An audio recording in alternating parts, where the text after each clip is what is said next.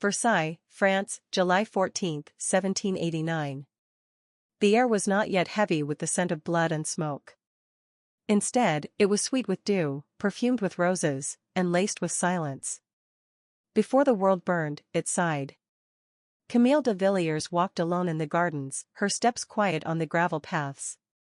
The pale blue silk of her gown brushed the edges of rose bushes. She held a notebook, leather-bound, worn, filled with half-finished poems and pressed petals. She had grown up within Versailles, among chandeliers and courtiers, symphonies and etiquette. But in the garden, she breathed.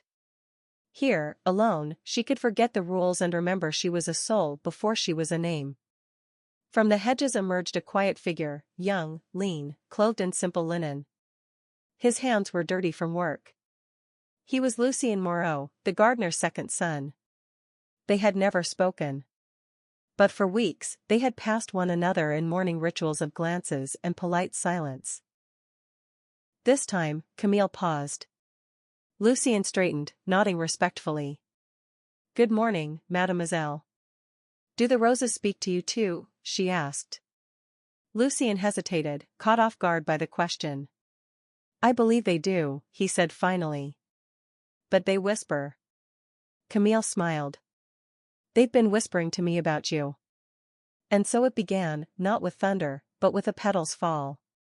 Masks behind the silk that evening, the de Villiers household dined beneath golden chandeliers. At the head of the table sat Marquis Etienne de Villiers, Camille's father.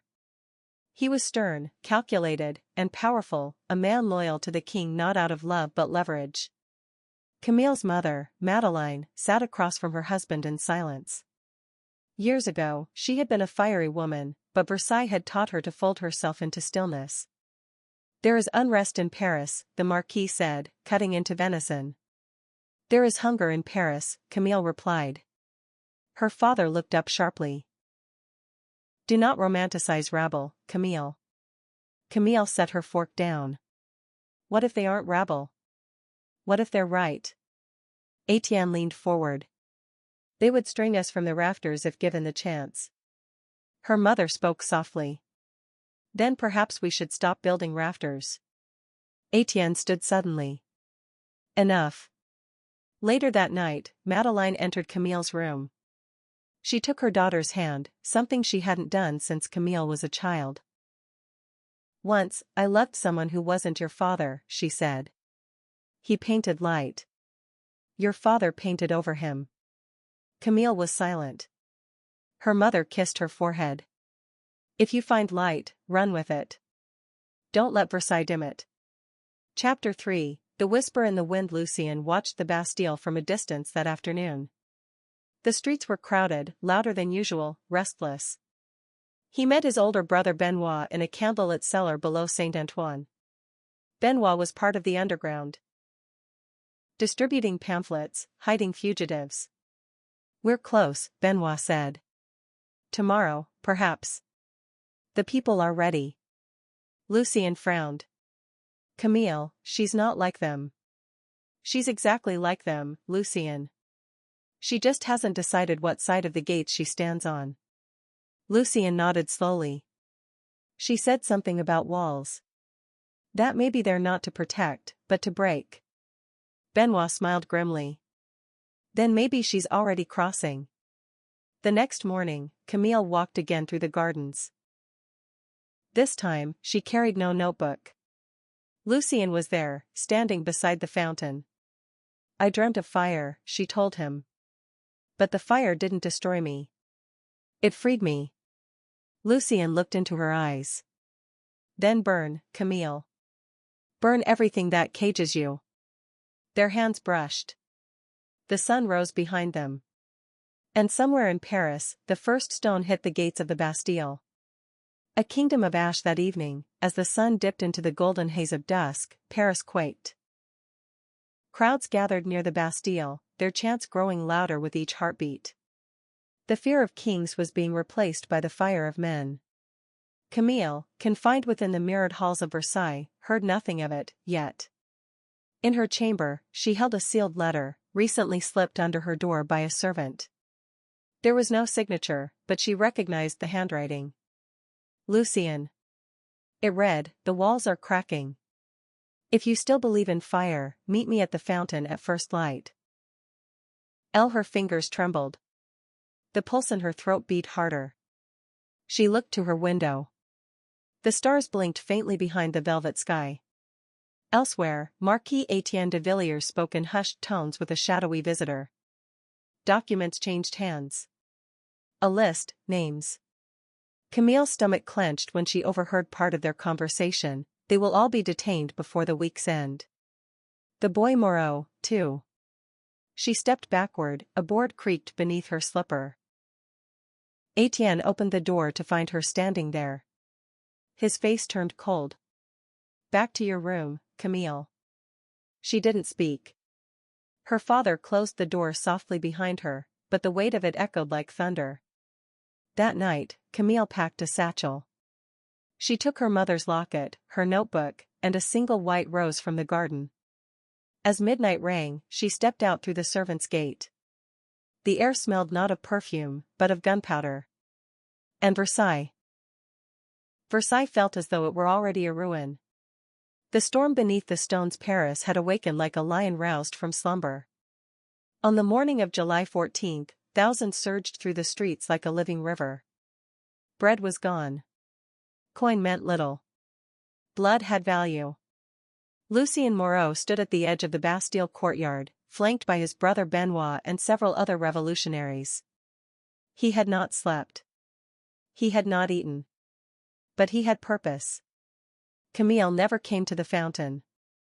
Not at dawn. Not after. He feared the worst. Inside the Bastille, the warden paced nervously, unaware that beneath the walls, a plan older than the dawn had been unfolding. Tunnel sabotage. Sabers passed from hand to hand. As the first barricades fell and the outer courtyard was breached, Lucien charged forward. He was no longer just a gardener. He was soil turned sword. Camille, meanwhile, stood cloaked among the crowd near Pont Neuf. Disguised in a maid's dress and a shawl over her hair, she held tight to her satchel. She had watched the flames from a distance. The smoke from the Bastille curled into the sky like a funeral shroud. A strange stillness hung in the air, the kind that came before something irreversible. In her hand, she held her notebook. On the final page, she had written a name, Lucien Moreau. Under it, she wrote 3 words, "If you survive." Then she walked. Away from Versailles. Away from the fire. Toward the unknown. And somewhere behind her, the Bastille cracked, and a world ended. Ashes in his hands, the smoke had not yet cleared when Lucien stumbled out from the ruins, bloodied and disoriented. His ears rang. The shouting had become a dull hum. Bastille had fallen, but he had found no sign of Camille inside or out. He carried a tattered scrap of silk in his hand, pale blue, familiar. It had clung to the twisted iron bars of a gate, fluttering like a ghost. It was hers. He held it as though it still carried her warmth. Benoit found him hours later, sitting against a wall, the silk clutched in his hand. "You're alive," his brother said, kneeling. "We thought you were gone." "I am," Lucien replied. "At least the part of me that believed in a happy ending." They took him in. Bandaged him. Fed him. But nothing reached him. Camille had vanished. No word. No sight. She had become myth in his mind, the girl who loved fire, consumed by it. But weeks later, a whisper came. In the markets of Montmartre, a beggar girl spoke of a noblewoman in disguise handing out bread in alleyways. In the catacombs, revolutionaries found notes wrapped in white petals. In the salons of fallen aristocrats, a name was whispered with reverence and fear, La Rose Blanche. The White Rose. Lucien's heart stuttered. Could it be? Could she have survived? He pressed the silk to his lips. And dared to hope. The phantom of the White Rose, Camille de Villiers, had buried her name. In the quiet northern outskirts of Paris, far from the wreckage of the Bastille and the burning palaces, a convent stood wrapped in fog. Within its stone walls, cloaked not in faith but in secrecy, Camille had taken refuge. She wore grey robes and used no surname. To the sisters, she was simply Marguerite. But at night, when the convent fell into candlelit silence, she removed the robes, dressed in plain peasant garb, and slipped out through a side passage. A pale mask covered her face. In her satchel, letters, coins, names. She moved through alleys like smoke. She left no footprints, only signs. A loaf of bread at a dying mother's bedside. A list of noble collaborators pinned to a café door. A single white rose laid at the gates of a prison, hours before the guards inside vanished. She was not myth. She was memory made flesh. And every act was a message to one man: I survived. And I am fighting. The reunion written in ink. Lucien walked through the heart of Paris like a man between worlds. The revolution had changed everything, yet he still felt trapped in the space between memory and possibility. Every cobblestone echoed with what he had lost. The stories of La Rose Blanche had grown. Some said she was a myth. Others, a martyr. But Lucien knew. He had felt her hands once. Known the weight of her gaze. The world might forget Camille de Villiers, but he would not. And he had a plan. He tracked a pattern, sightings, messages, markings of the rose. And all within walking distance of the old printing press on Rue de Vigne. He knocked once. Silence. Twice. A panel slid open. A voice, muffled, "Who sends the ink?" Lucien replied, "The hand that once held the rose." A pause. Then the door opened. Inside was darkness, until a candle flared. A woman stood at the far end of the room. Masked. Cloaked. Still. "Lucien," she said. His breath caught. "Camille?" She removed the mask. Her hair had been cut. Her face thinner, eyes older. But it was her. It was her. "I'm not here to take you back," Lucien said softly. "I'm here to stand beside you." Tears welled in her eyes. She nodded. Then whispered, "Then help me finish what we started." Letters in the fire. The ink had barely dried when the streets began to stir. Camille and Lucien's message, distributed by hand, slipped into pockets, nailed to the doors of corrupt officials, spread through the arrondissements like wildfire. They built walls to divide us. We will write bridges over their ruins. The white rose lives, and she does not walk alone. It was signed Ex La Rose Blanche et l'Encre Noire, the white rose and the black ink. Inside a crumbling theater once used for aristocratic opera, Camille stood before nearly 40 revolutionaries. Lucien stood beside her. He spoke not as a leader, but as one voice in a storm. This is not about revenge. This is not about replacing one tyrant with another. This is about the memory of the Bastille, the breath of the starving, and the bones of the forgotten. We fight with words, with truth, and if we must, with blood. Camille added, "Tonight we do not burn. Tonight we write." Their first action, releasing royalist bribe ledgers to the public. The people roared. But elsewhere, in the shadows, a name resurfaced. François de Lyon. He picked up one of the flyers with the rose emblem, smiled grimly, and whispered, "Found you." A blade beneath the rose. François de Lyon was not a man who believed in symbols. He believed in leverage, in secrets, and in the shadows they cast. As Paris murmured the name of the white rose, François sharpened a different weapon: betrayal. He began with Madeleine. Camille's mother had remained within the ruins of their family estate, a place now hollowed by dust and memory. François appeared as a visitor from the Committee of National Security, wearing a forged uniform and a soft smile. "Madame de Villiers," he said, bowing. "Your daughter has made quite the name for herself." That evening, she was taken. Quietly. Efficiently. No one saw. No one spoke. No one stopped them. Camille learned of the abduction 2 nights later. Roses wither. Blood remains. If you want to see your mother again, come alone. No ink. No tricks. Midnight. Cemetery of the Innocents. Lucien read it twice. It's a trap. Camille nodded. Then let's spring it. They crafted a counterplan. At the cemetery, Francois stood beside an open grave. Madeleine sat nearby, bound but unharmed. Francois greeted Camille with mockery. You used to dream of painting. Of salons. Instead, you dress in rags and whisper rebellion. Is that love? Is that freedom? She answered by dropping a petal. Hidden allies emerged. Revolutionaries. Lucien behind them. Francois vanished into the shadows before he could be caught. But Madeleine was freed. Back in the theater, Camille sat with her mother. I should have left long ago, Madeleine whispered. Camille took her hand. Then let this be your permission. Ashes and silence. The theater was quiet. Days had passed since Madeleine's rescue, and the White Rose Network had returned to its work. But something had changed. The city's heartbeat was different.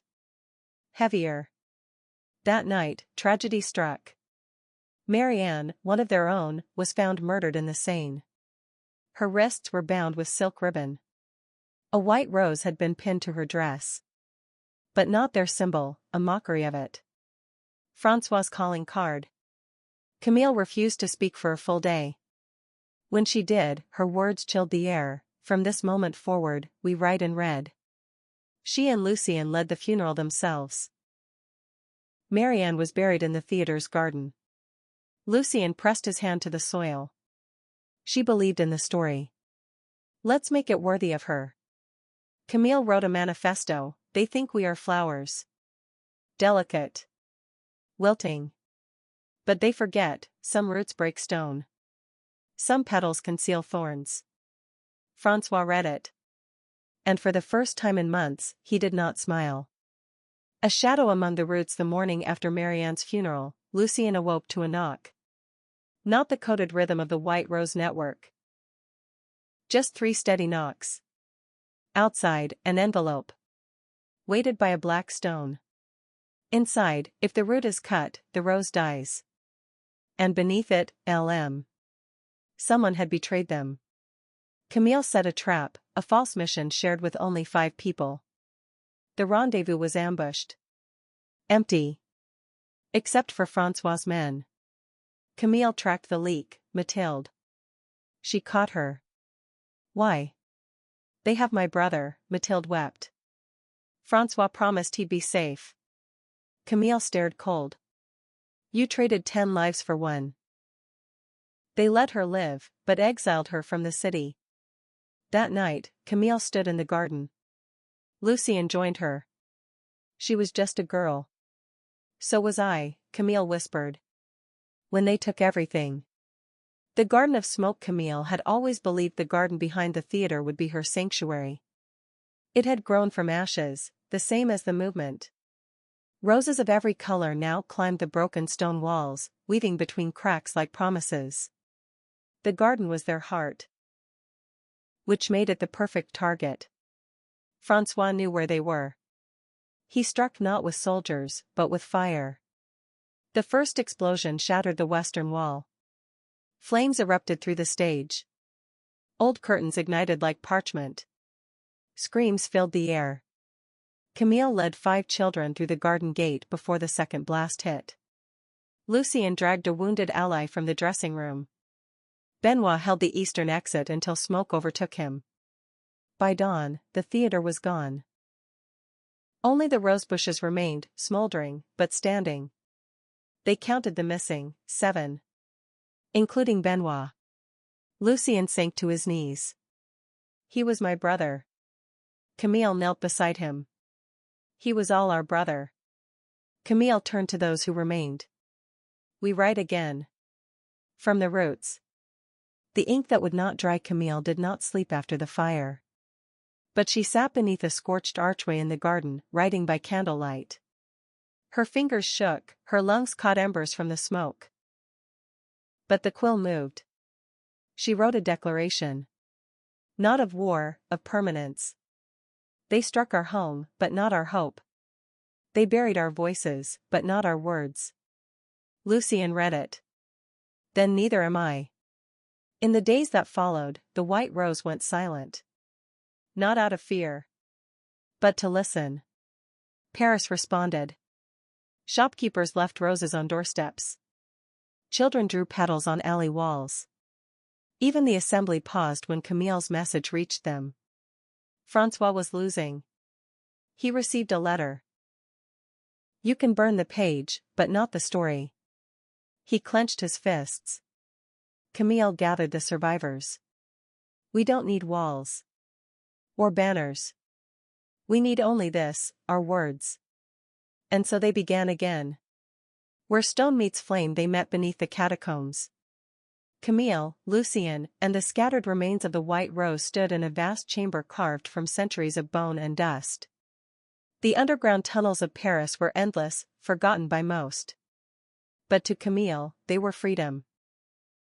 This is where it begins again, she said. They built anew, printing presses, safe rooms, hidden shafts. Rumor spread. The white rose had gone underground. But she would rise again. François paced before a map. She hides among the dead, he said. Let's give her more company. Lucien returned from a mission. They've sealed the Rue des Innocents. They're closing the city. Camille smiled. Then we rise before they bury us. A march was planned. No weapons, only roses. A single word would be chanted, Racine. Root. The march of roots. The morning of the march was grey. Paris had not yet stirred. Fog draped the alleyways like veils over grieving statues. But beneath the earth, Camille stood in the center of the catacombs, surrounded by over 100 followers. Each held a white rose. Camille raised her hand. When they see us, they will want to erase us, she said. So we show them we are already written. Not in paper. In people. They emerged in silence from 5 separate tunnels. By midday, they moved through the city like a river of petals. At every corner, the chant rose, Racine.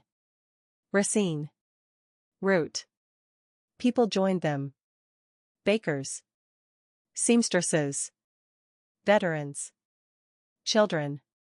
Some held candles. Others carried notes Camille had written months before. Windows opened. Flowers rained down. And still they marched. François watched from atop the Hôtel de Ville. He had stationed troops. But none moved. Even they were silent. They defy me with flowers, he said, eyes dark. Durand, his captain, murmured, no, sir. They shame us with courage. François turned sharply. Load the muskets. At the Place de la Révolution, Camille walked alone. Holding her rose. The soldiers did not fire. She reached them. Stared into the eyes of the youngest. Then placed the rose in his trembling hands. One by one, the others lowered their weapons. And in that instant, something shifted in the soul of the city. The final petal. The march had ended, but its echo rang through Paris like cathedral bells. In the days that followed, newspapers printed only one image, Camille, alone, placing a rose into the hands of a soldier. It shook the foundations of power. François knew he was losing. In his final stronghold, he paced before a fire. Maps were gone. Orders burned. All he had left was a dagger and a memory. Durand entered. They're calling for a vote. A new constitution. Your name isn't on it. I'll end it myself, François said. Camille had returned to the theater ruins, where the rose garden was growing again. She heard him before she saw him. François stepped from the shadows. Not in uniform. Not with guards. Just him and his blade. I wanted you to see the end, he said. Your end. She did not flinch.